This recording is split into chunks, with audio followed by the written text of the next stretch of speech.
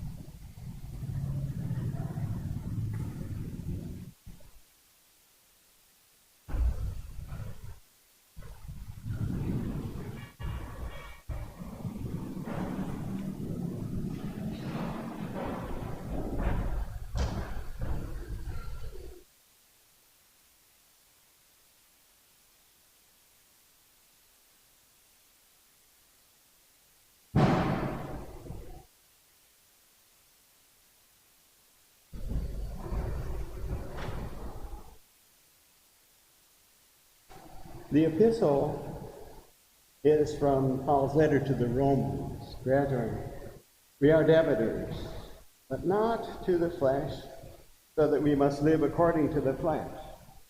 If you live according to the flesh, you will die. But if by the Spirit you put the evil deeds of the body to death, you will live. Now all who are led by the Spirit of God are sons of God. You did not receive a spirit of slavery leading you back into fear, but a spirit of adoption through which we cry out, Abba, that is, Father. And the Spirit itself gives witness together with our spirit that we are children of God. But if children, heirs too, heirs of God, heirs together with Christ. And then the gospel. At that time Jesus spoke this parable to his disciples. There was a rich man who had a steward who was reported to him for dissipating his property. He called him and said to him, What is this I hear about you? Give an accounting of your stewardship, for you cannot be a steward any longer. The steward thought to himself, What must I do in view of the fact that my master is taking my job away from me? I am unable to dig and ashamed to beg. I know what I must do to ensure that when I am dismissed, they will receive me with open doors. So he called in each one of his master's debtors, and he said to the first, How much do you owe my master? He replied, 100 jars of oil. The steward said, Take your invoice, sit down quickly and make it 50. Then he said to the second, How much do you owe? He answered, 100 measures of wheat. And the steward said, Take your invoice and make it 80. The master gave the unjust steward credit for being so enterprising. For the children of this age are more enterprising than the children of light towards their own kind. And I say to you, make friends for yourselves with the help of wicked money, so that when it runs out, they may receive you into an everlasting abode. And that's the gospel of the Lord. Have to be seated.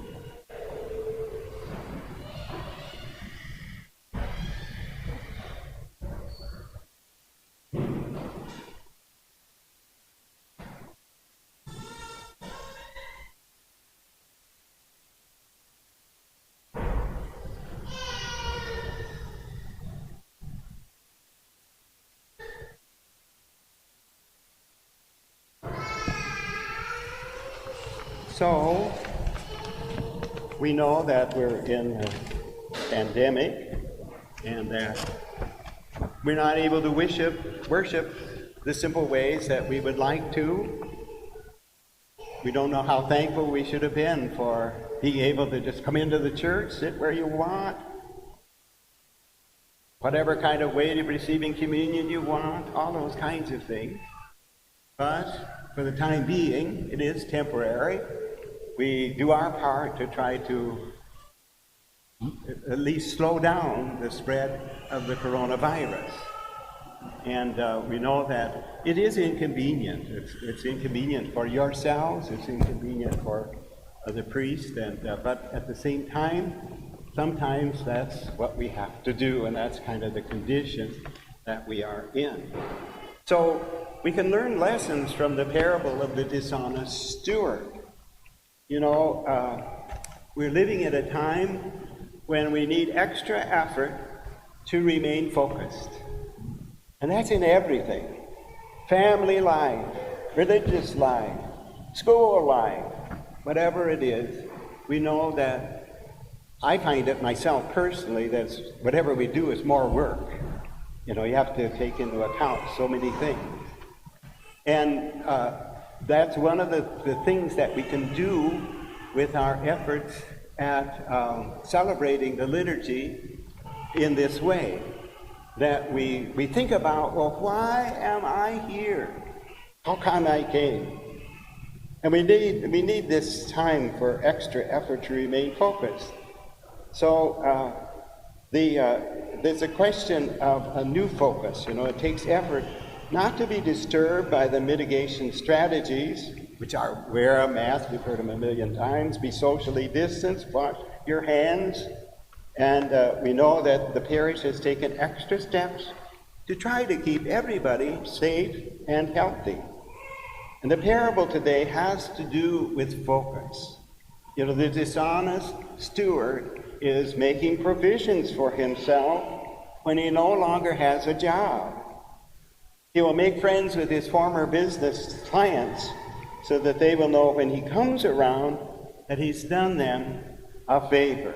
Now, when you read commentaries on this particular gospel, you know what Jesus is commending. He's using this example to commend the dishonest steward. He's not really endorsing the work of the steward. That the point is very simple, and that is there are people in this world who do much more to foster whatever goal they have than the efforts some of the people make for the kingdom. You know, there are people who all their time, all their effort, all their reputation, all of their financial resources go to some particular goal. Now, I'm not going to ask how many of you, but how often do we really run into somebody who really has made entrance into the kingdom their principal goal? You know, that they think about it day and night, that they make every effort in order to be sure that they're doing the right thing, so that when the call comes, and we know not the day or the hour, that they'll be ready. And that's what Jesus is saying. Look at the example of the dishonest steward and how he used worldly wisdom to make sure that there was a place for him when he no longer had a job. So he's falsifying all of these records, although some people look at it a different way. You know, maybe he's reducing his commission. There's all kinds of explanations. But the main thing is the lesson that Jesus is giving, and that is be focused. You know, in other words, you work for the kingdom. You're trying to get into the kingdom. Live a life in accordance with how entrance into the kingdom is.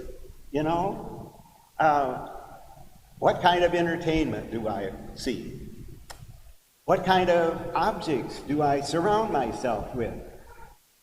You know, it's important that if we're going to live a life with Jesus Christ, that his image is found in prominent places in our home. You know, that we really and truly. There used to be a question, if you were convicted for being a Christian, would there be any evidence?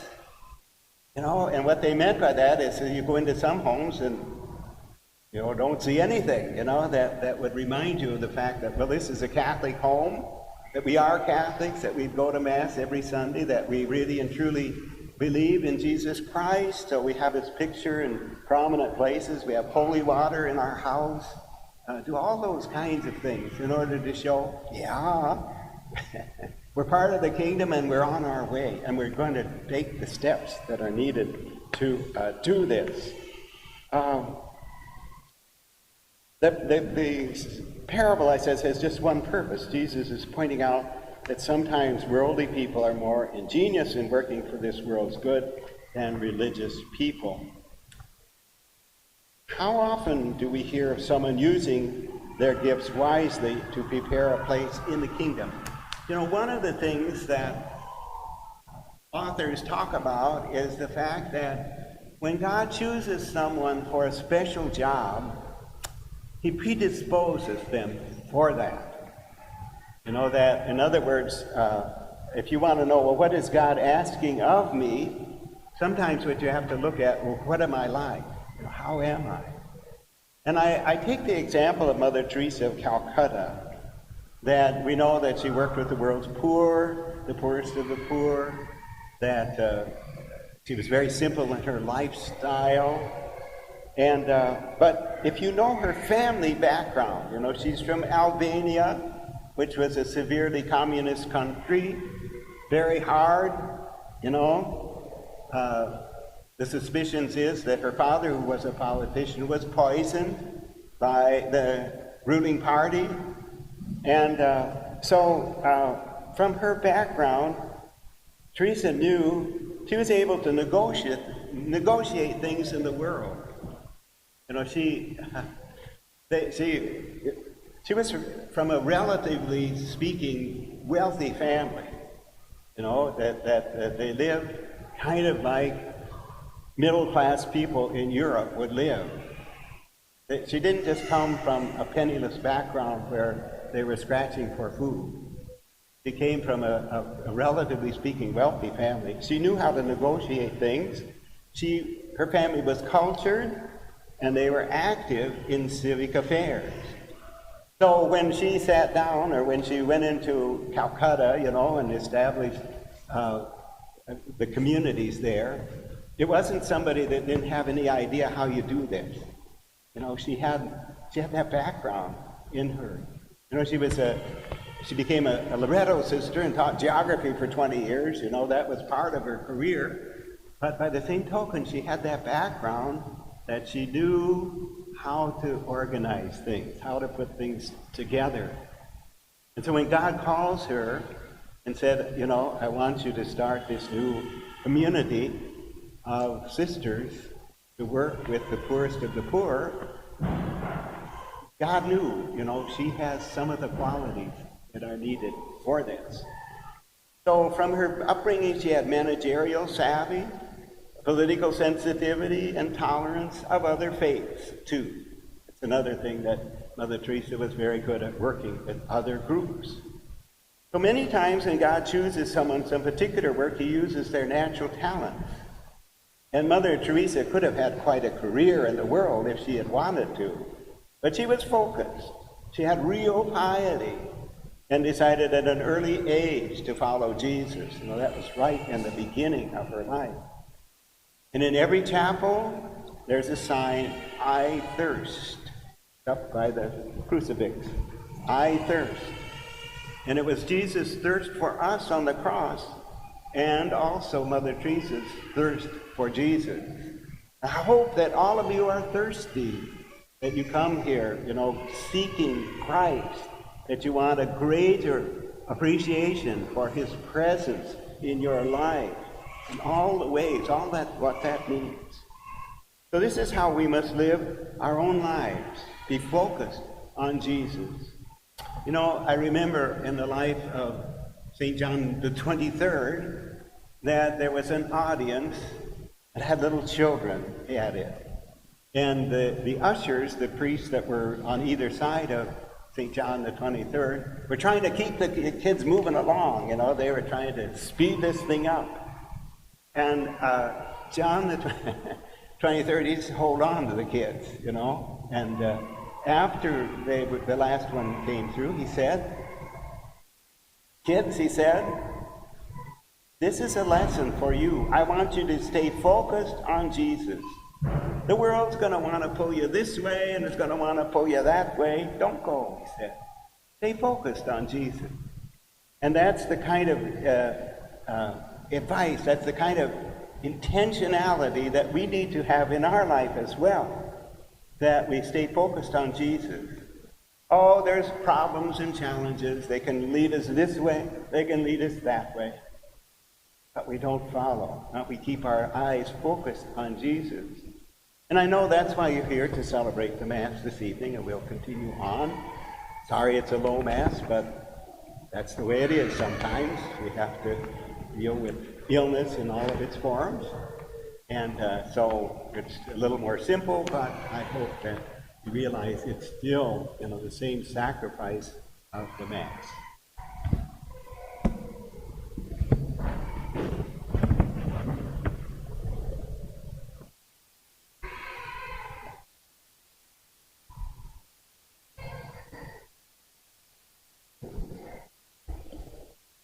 And now we all stand for the Creed. Credo in unum Deum Patrem omnipotentem, Doctorum Caeli et Terra, visibilium omnium et invisibilium, et in unum Dominum Iesum Christum, Filium tuum unigenitum, et ex Patre natum ante omnia saecula, Deum de Deo, lumen de lumine, Deum verum de Deo vero, genitum non factum consubstantialem Patre, per quem omnia facta sunt, qui propter nos homines et propter nostrum salutem descendet de Caeli.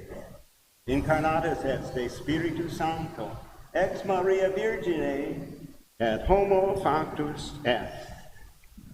Crucifixus etiam pro nobis sub Pontio Pilato passus et sepultus est, et resurrexit tertia die secundum Scriptura, sed ascendet in caelum, sedet ad dextrum Patris, et iterum venturus est cum gloria judicare vivos et mortuos, iusque veredi et non erat fines. Et in Spiritum Sanctum Dominum et vivificantem, qui ex Patre Filioque procedit, qui cum Patri et Filio simul adorator glorificator, qui locutus est per prophetas, unum sanctam catholicam et apostolicam ecclesiam, confidiar unum baptisma, in missione peccatorum et expecto resurrectione mortuorum, et vitam venturi saeculi. Amen. Dominus vobiscum. Now you'll be seated.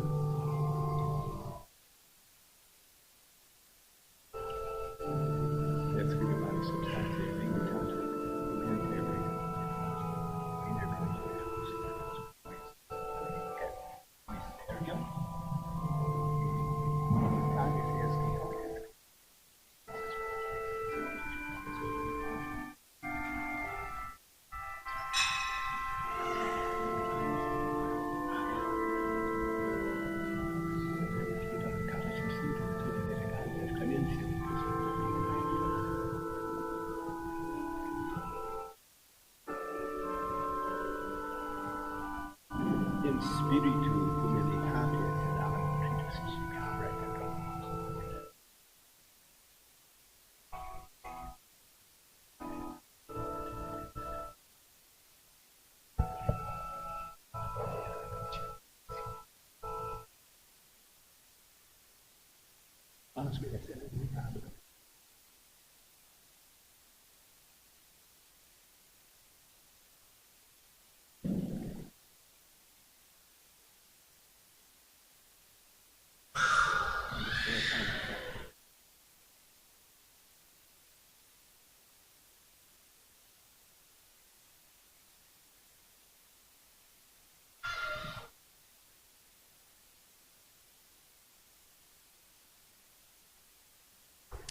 Orate fratres, et neam ad vestrum sacrificium acceptabile apud Deum Patrem omnipotentem.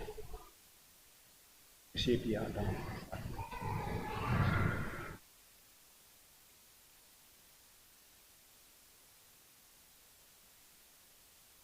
Genomus Christus, et vine frequentare mysterie, via quotidianus, Christus.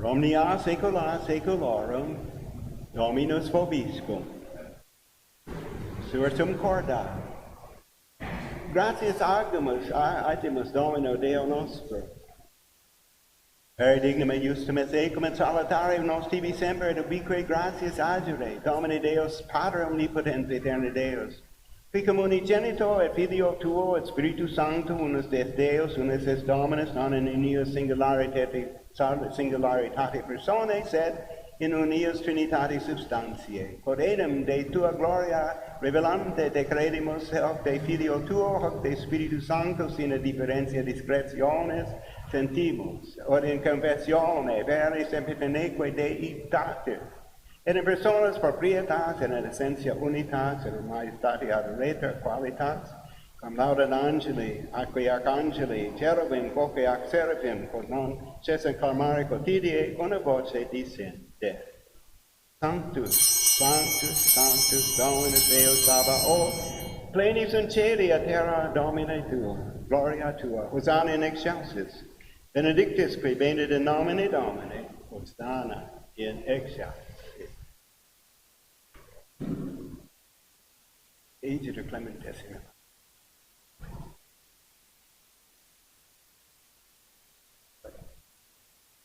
Acceptar, habeas benedicat dona, et nunca ex sancta Patris. Tibio femus per ecclesia catholica quam pacificaricus studere, adonare regner in eris toto orbis terranum unicum, famino tua Papa nostro Francisco, et antiste nostro William, et omnibus orthodoxis, Gloria apostolica Dei. Amita Domini famalorum quae tu arum.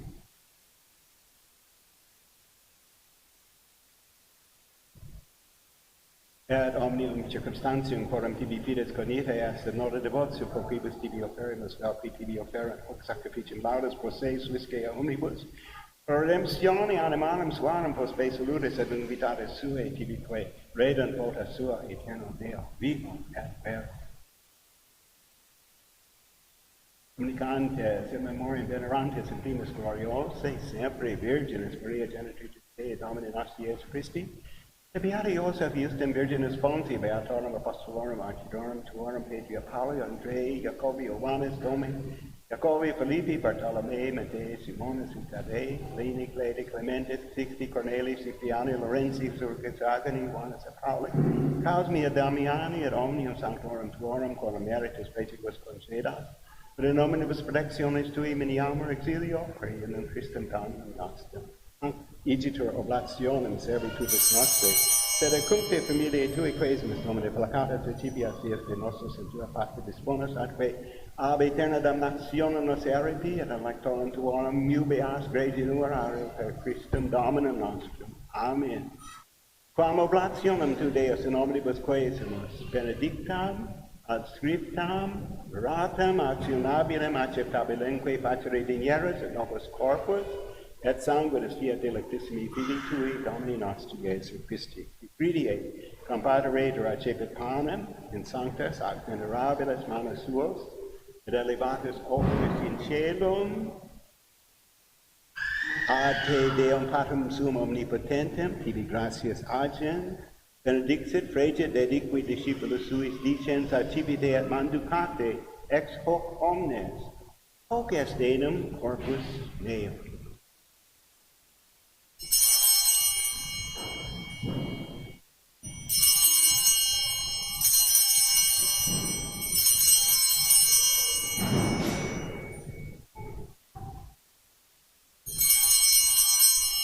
Simile modo, postquam cenatum est, accipiens in hoc vacarum calicem in sanctas ad venerabilis manus suas, idem caput tibi gratias agens, Benedictit, dedique discipulus suis, dicens accipite et bibite ex eo omnes. Hic est enim calix sanguinis mei novi et aeterni testamenti mysterium fidei. Qui pro vobis et pro multis e fundetur in remissionem peccatorum.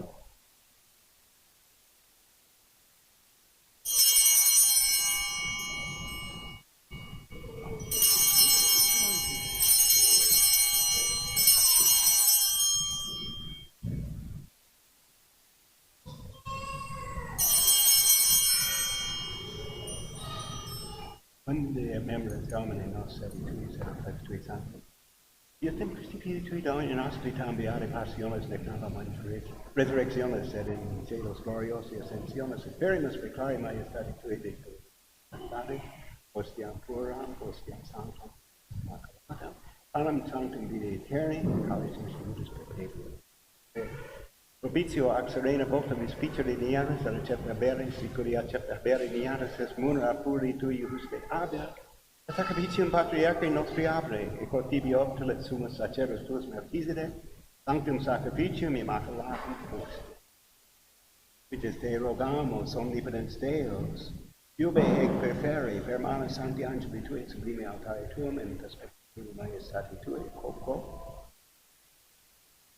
et ex altare participatio sacrosanctum, corpus et sanguinum sumpserimus, omne benedictione celesti et gratia requiamur, per unum Christum Dominum nostrum. Memento etiam Domine fama lorum, fama larumque tuarum, qui nos praecessere cum signo fidei et dormiant in somno pacis.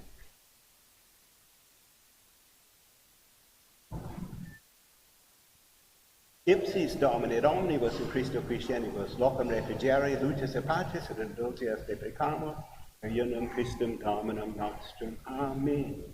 Novus quoque peccatoribus, famulis tuis de multitudine miserationem, et tuarum sperantium partem aliquam, et societatem donare digneris cum tui sanctis apostolis materibus, cum Ioannis Stefano, Mattia, Barnabas, Ignatio, Alexandro, Marcellino, Petro, Felicitata, Perpetua, Agatha, Lucia, Agnete, Cecilia, Anastasia, omnibus sanctis tuis, in quorum nostrum sortium non est mater meritis, et veni equesimus largitur admite, per Christum Dominum nostrum, per quem ec omnia Domini super bona creat. Sanctificas, vivificas, benedicas, et prestas nobis,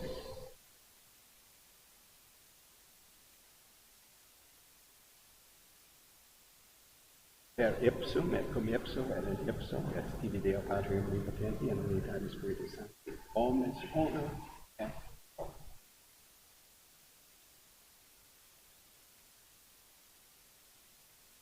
Per omnia saecula saeculorum. Oremus, preceptis alitaribus moniti et divina institutione formati, ademus dicere, Pater noster, qui es in caelis, sanctificetur nomen tuum, Avenia regnum tuum, fiat voluntas tua, sicut in cielo et in terra. Panem nostrum quotidianum da nobis hodie, et dimitte nobis debita nostra, sicut et nos dimittimus debitoribus nostris, et ne nos inducas in tentationem.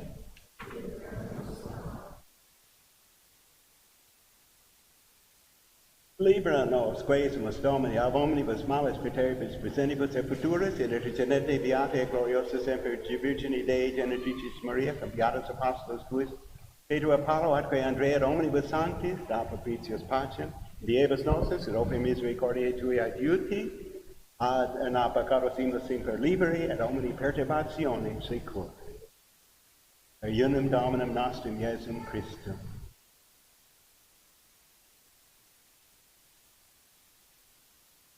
We take and vivat et regnat in unitatis Spiritus Sancti Dei.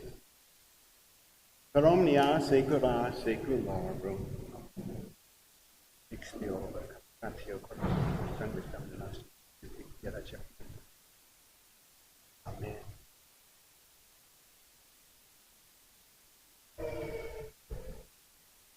Agnus Dei, qui tolles peccata mundi, miserere nobis. Agnus Dei, qui tolles peccata mundi, miserere nobis. Agnus Dei, qui tolles peccata mundi, dona nobis pacem.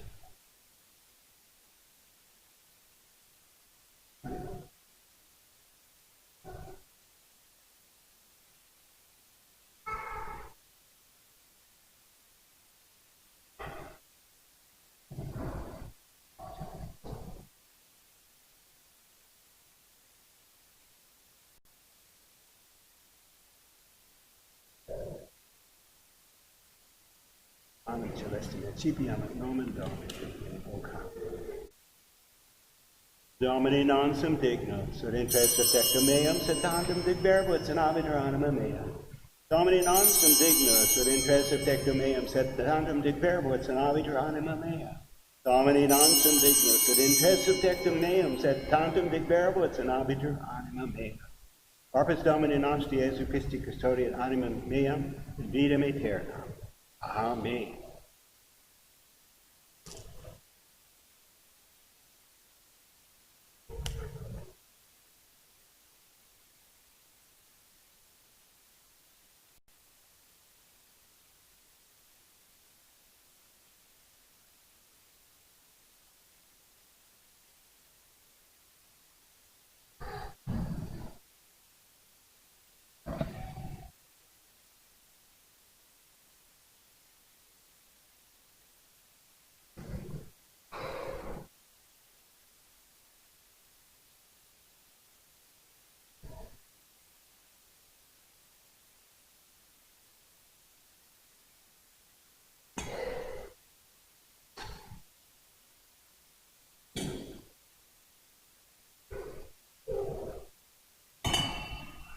Etianus Dei adjucitu picolit peccata mundi, Domini non sum dignus, ut intres tectum meum, sed tantum dig verbo et sanaviter anima mea. Dignus, ut intres tectum meum, sed tantum dig verbo et sanaviter anima mea. Domini non sum dignus, ut intres tectum meum, sed tantum dig verbo et sanaviter anima mea.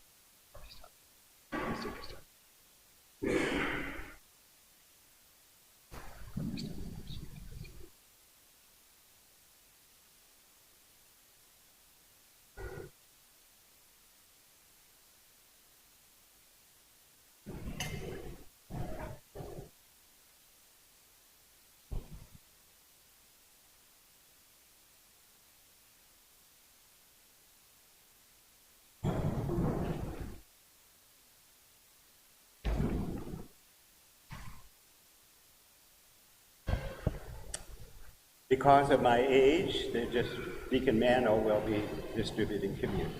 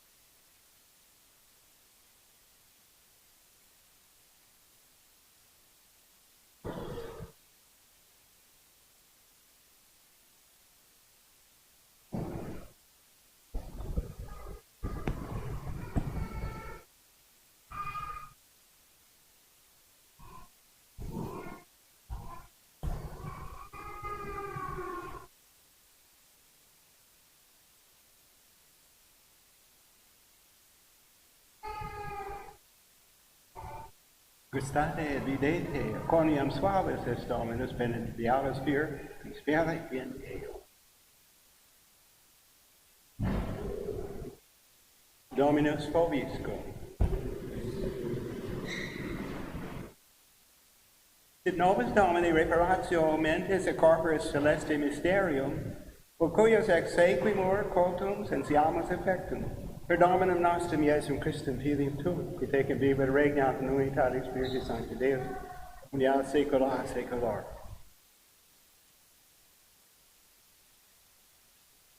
Dominus vobiscum. Ite missa est.